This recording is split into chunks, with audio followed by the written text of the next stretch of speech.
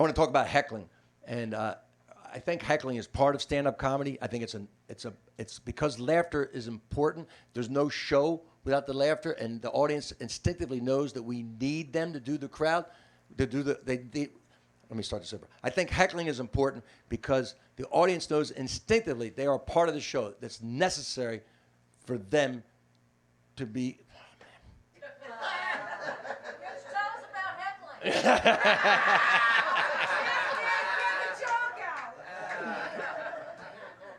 The audience knows that they're part of the show.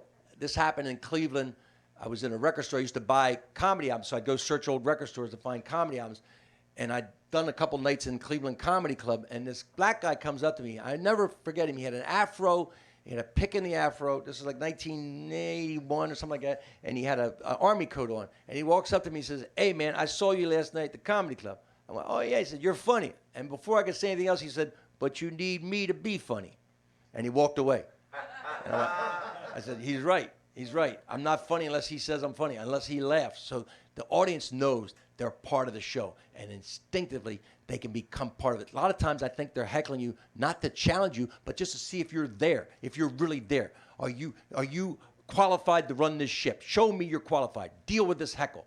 And once you show them you're qualified to deal with it and you can deal with it, they all back off. That's generally speaking. Sometimes it's not that way. Sometimes it's more. This club was East Lansing, Michigan, a place called Wits End. And it was a club it was a former biker bar that they turned into a comedy club. Really did a great job. They built a nice high stage. They had a great sound system, real nice place. But in the back, when I walked in the first night, they had 2 pool tables and like a Pac-Man machine, a Space Invaders machine. So I go over to the club owner. I say, "Hey, man, you're going to cut off the pool table, right? I mean, you're going to stop it when the show starts." He goes, yeah, we'll stop. No pool, no the video machines. We unplug them. Don't worry about it. Okay. So the show goes on. I get on stage, and these guys are still shooting pool. Guys are shooting pool. Now, comics know our jokes, we need your attention. We got to have your attention. Any distraction could ruin the joke. So they're breaking the balls. Every time they break the balls, I lose material. They're shooting. Every time a ball clacks another ball, I'm losing material. So finally I go, "Guys, how about you just kill the pool playing, and when this is over, I'll play you for beers. I'll play it. We'll play. All right, we'll play." They're like, nah. And they keep shooting. So I go, "Come on, guys, man, you got to cut me a break here." "Nah, fuck you." Now, I knew part of it was these guys probably saw me as a threat. There were maybe 2 or 3 eligible women in the room, and I was a threat to them. You know, I was going to keep their winless streak going. That's probably where they were thinking. That's what I thought they were thinking. I instinctively knew that. So I try to dodge out of it. You know, I try to dodge out. "Yeah, I got a wife. I got a guy." You know, I try to dodge out of it, try to make myself neuter that way. They don't care. They just keep playing.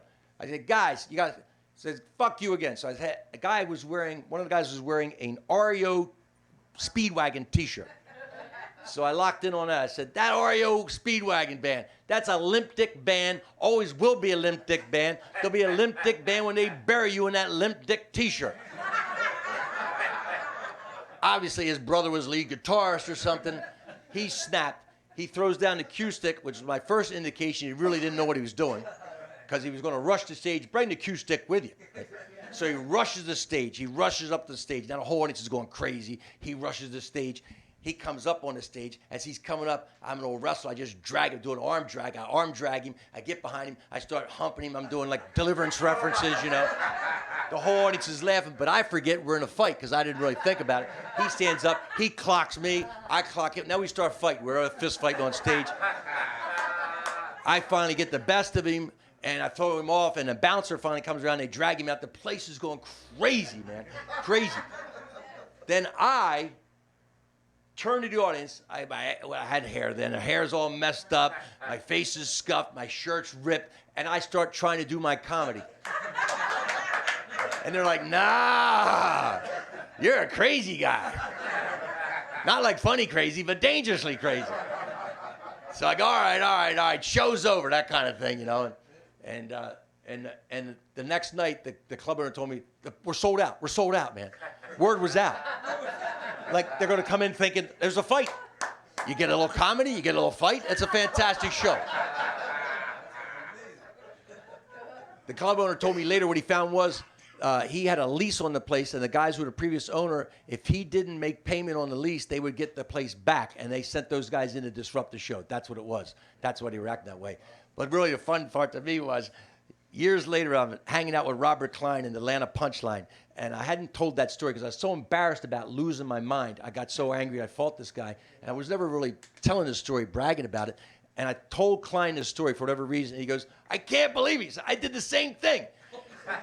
The great Robert Klein told me he got into a fist fight at a Brooklyn bowling alley. He was doing a comedy show when he first started, and some guy came up and he fought the guy. And he said, I did the same thing, then I tried to do comedy. And they went, no, no, no.